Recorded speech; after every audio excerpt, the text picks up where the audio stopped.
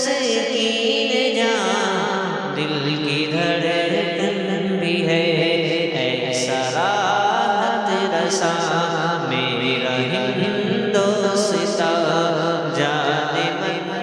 ستارے چلے آؤ تمہیں آواز دیتے ہیں، یہ نظارے چلے آؤ۔ جناب مولانا مفتی محمد جان صاحب کا اس پر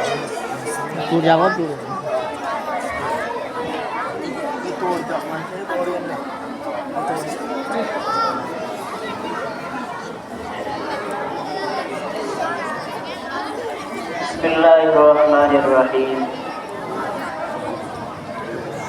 نحمدہ ونصلی علی رسولہ الکریم، اما بعد۔ اعوذ باللہ من الشیطان الرجیم، بسم اللہ الرحمن الرحیم۔ انما یخشی اللہ من عبادہ العلماء،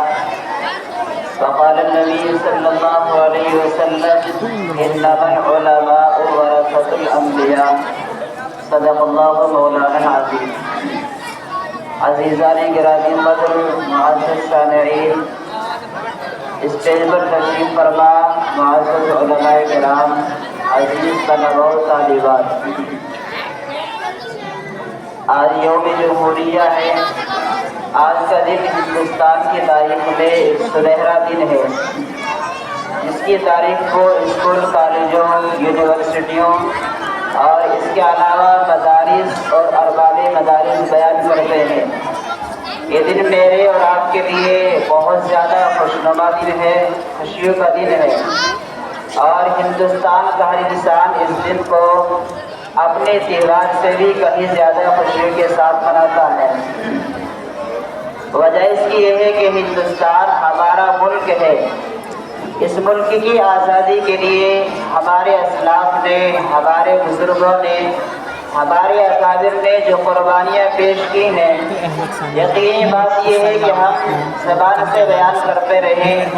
لفاظی کرتے رہیں، لیکن ان کی تاریخ کو بیان کرنا ناممکن اور محال ہے۔ اگر ساری زندگی بھی ہم ان کی قربانیاں بیان کرتے رہیں تو بھی جو اس کا بہتان ہے وہ بھگت نہیں سکتے۔ کیوں؟ اس لیے کہ قربانی کوئی معمولی چیز نہیں ہوا کرتی، بلکہ قربانی کے پیچھے بہت سارے نتائج ہوا کرتے ہیں، بہت سارے راز ہوا کرتے ہیں۔ جی ہاں، وہ علماء ایسے تھے جنہوں نے اس ملک کی آزادی کے لیے اپنے بچوں کو اپنے سے علیحدہ کیا تھا۔ وہ علماء تو ایسے تھے کہ جنہوں نے اس ملک کی آزادی کے لیے اپنی بیویوں کو بیوہ کیا تھا۔ وہ علماء تو ایسے تھے، وہ اکابر تو ایسے تھے، ہمارے وہ اسلاف تو ایسے تھے جنہوں نے اس ملک کی آزادی کے لیے اپنی زمین جائیداد کو قربان کیا تھا۔ یہ ہندوستان کی ایک تاریخ ہے۔ اس تاریخ میں ہمارے اکابر مسلسل قربانیاں پیش کر رہے تھے، اور پوری دنیا جس کو انگریز کے نام سے موسوم کیا جاتا ہے، وہ بارہا ہمارے ان بزرگوں کو، ان علماء کو بار بار دیکھتے رہے اور ٹکٹکی باندھ کر دیکھتے رہے کہ یہ مٹھی بھر جماعت، یہ مختصر سے علماء ہمارے سامنے کیا کریں گے۔ اتنی بڑی فوج کے سامنے ان کی طاقت کوئی طاقت بن کر نہیں رہ سکتی۔ یہ تو لرز رہے ہیں، یہ تو کانپ رہے ہیں، یہ تو ٹھٹھا رہے ہیں، تو یہ ہمارا مقابلہ کیسے کر سکتے ہیں؟ یہ ہمارے سامنے کیسے ٹک سکتے ہیں؟ لیکن تاریخ اس بات پر گواہ ہے، تاریخ شاہد ہے کہ جب ان علماء ربانی و حقانی نے محنتیں شروع کی اور کام شروع کیا، خدا کی قسم جہاں سے کام شروع کیا تھا وہاں فتح ہوئی، جس علاقے میں پہنچے وہاں بھی فتوحات ہوئے، اور پھر جب دوسرے علاقے میں پہنچے وہاں بھی انگریزوں کا تسلط تھا، انگریز ظالمانہ کردار نبھا رہے تھے، وہاں بھی ہمارے علماء نے، ہمارے بزرگوں نے قربانیاں پیش کی اور اپنی زمین و جائیداد، اپنی بیوی بچوں کو اپنے سے علیحدہ کیا، اور جب ان کے پاس کچھ نہ رہا کھانے کے لیے اور کچھ نہ رہا پینے کے لیے، تو پھر وہ نواب سراج الدولہ کے پاس، نواب غازی پورے کے پاس پہنچے اور ان سے یوں کہا کہ اے نواب،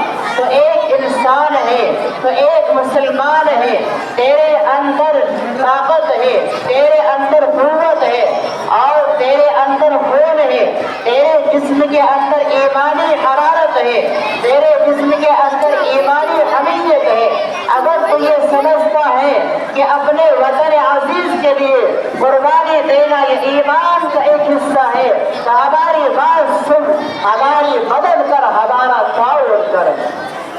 نواب غازی پوری نے کہا کہ اگر تم یہ کہتے ہو کہ ہم قربانیاں دیتے آ رہے ہیں اور ہم مسلسل قربانی پیش کر رہے ہیں تو سنو،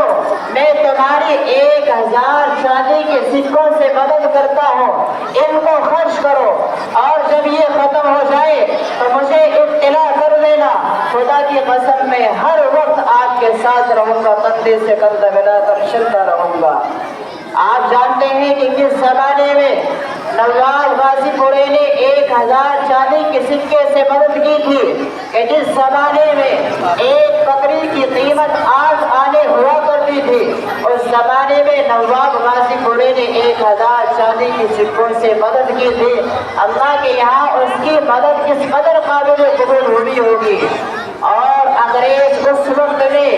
یہ نعرہ لگا رہے تھے کہ جب اپنوں کے پاس جاؤ تو پھول برساتے ہوئے اور جب دشمنوں کے پاس جاؤ تو آگ لگاتے ہوئے مدارس پر ایک کڑی نظر ڈال دی گئی اور مدرسوں کو ختم کرنے کی کوششیں کی گئی۔ انگریز نے جب دیکھا کہ ہم اس ہندوستان پر اس وقت تک حکومت قائم نہیں کر سکتے جب تک کہ ان علماء کو ختم نہ کر دیا جائے، چنانچہ ظالمانہ کردار نبھاتے ہوئے مدارس کے اندر داخل ہوئے، لیکن دیکھا کہ مدارس کی ایک لمبی فہرست ہے، ایک لمبی عبارت ہے، دہلی کی سرزمین سے لے کر پانی پت کی سرزمین تک مدارس کا ایک انبار تھا، مدارس کا ایک ڈھیر تھا، مدارس کا ایک ہجوم تھا،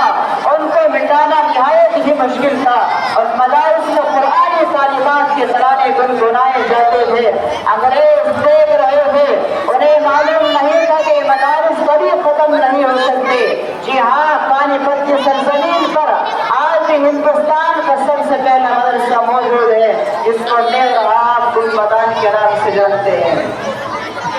انگریز مدارس میں داخل ہوئے اور مدارس کو ختم کرنے کی کوشش کی گئی، ان کو نیز نابود کرنے کی سازش کی گئی۔ اس وقت انگریزوں کا ایک گورنر، انگریزوں کا ایک افسر کھڑا ہوا اور یہ کہا کہ لوگوں، مدارس کو ختم کرنے سے کوئی فائدہ نہیں ہے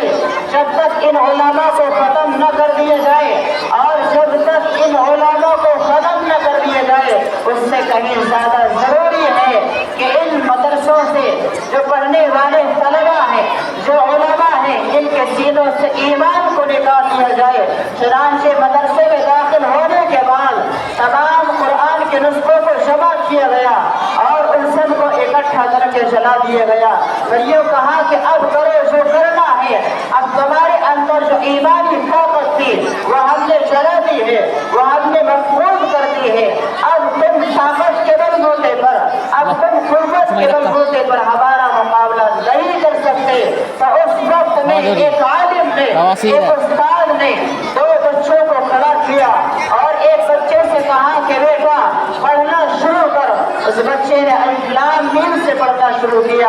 اور پھر جنت والناس تک پہنچا تو اس وقت میں انگریز ری خارج کرتا ہوا اور یہ کہتا ہوا بھاگا کہ جب تک ان علماء کو ختم نہ کر دیا جائے اس وقت تک ہم ہندوستان پر قابض نہیں ہو سکتے۔ یہ ہندوستان کی ایک تاریخ ہے اور صرف اتنا ہی نہیں بلکہ جب انگریز اس ہندوستان میں آیا تھا تو اس وقت نے چاروں طرف اس نے دیکھا اور اس نے تجارت کے ذریعے اس ہندوستان پر قبضہ جمانے کی کوشش کی اور بہت سے علاقوں پر اس نے حکومت قائم کر لی تھی۔ پھر اس نے دیکھا کہ کون ایسا مقابلے کا انسان ہے جو سیاسی اعتبار سے ہمارا مقابلہ کر سکتا ہے، تو بنگال کی سرزمین پر پہنچے۔ وہاں نواب سراج الدولہ 20 سال کا نوجوان ہے، اس نے انگریزوں کی چالوں کو پرکھا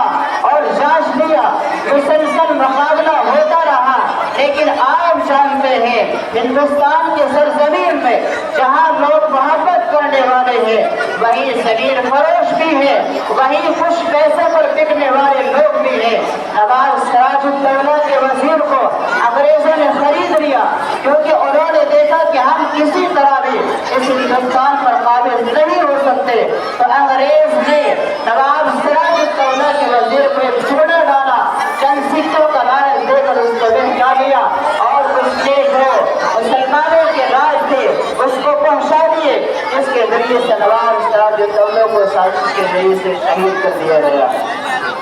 بہت لمبی تاریخ ہے ماشاءاللہ۔ ہمارے رفیق محترم جناب حضرت مولانا محمد رضوان صاحب قاسمی آپ حضرات کے سامنے ہر موقع پر اور ہر سال آزادی کی تاریخ سے آپ کو روشناس کراتے ہیں اور یہ بتاتے ہیں کیونکہ آج غیروں کی ظلم بربریت کی وجہ سے آج مسلمان یہ سوچ بیٹھے ہیں کہ ہندوستان میں ہمارا کوئی حصہ نہیں ہے۔ میں ان لوگوں کو بتانا چاہتا ہوں جن کی سوچ یہ بن چکی ہے کہ ہندوستان میں ہمارا کوئی حصہ نہیں۔ میں آپ کو بتاتا چلوں ہمارے بزرگوں نے جو قربانیاں اس ملک کے اندر پیش کی ہیں، خدا کی قسم اس سرزمین کو پسینے سے نہیں، اس سرزمین کو پانی سے نہیں، بلکہ اس سرزمین کو ہمارے اکابر نے اپنے خون جگر سے سینچا ہے۔ ایسی ایسی قربانیاں ہمارے بزرگوں نے پیش کی ہیں اس کو کبھی فراموش نہیں کیا جا سکتا۔ ضرورت اس بات کی ہے کہ ہم اپنے اکابر کی تاریخ کو یاد رکھیں۔ اللہ تعالی ہمارے دلوں میں وطن عزیز کو محبت کو قائم فرمائے اور اس پروگرام کو کامیابی کے ساتھ تکمیل تک پہنچائے۔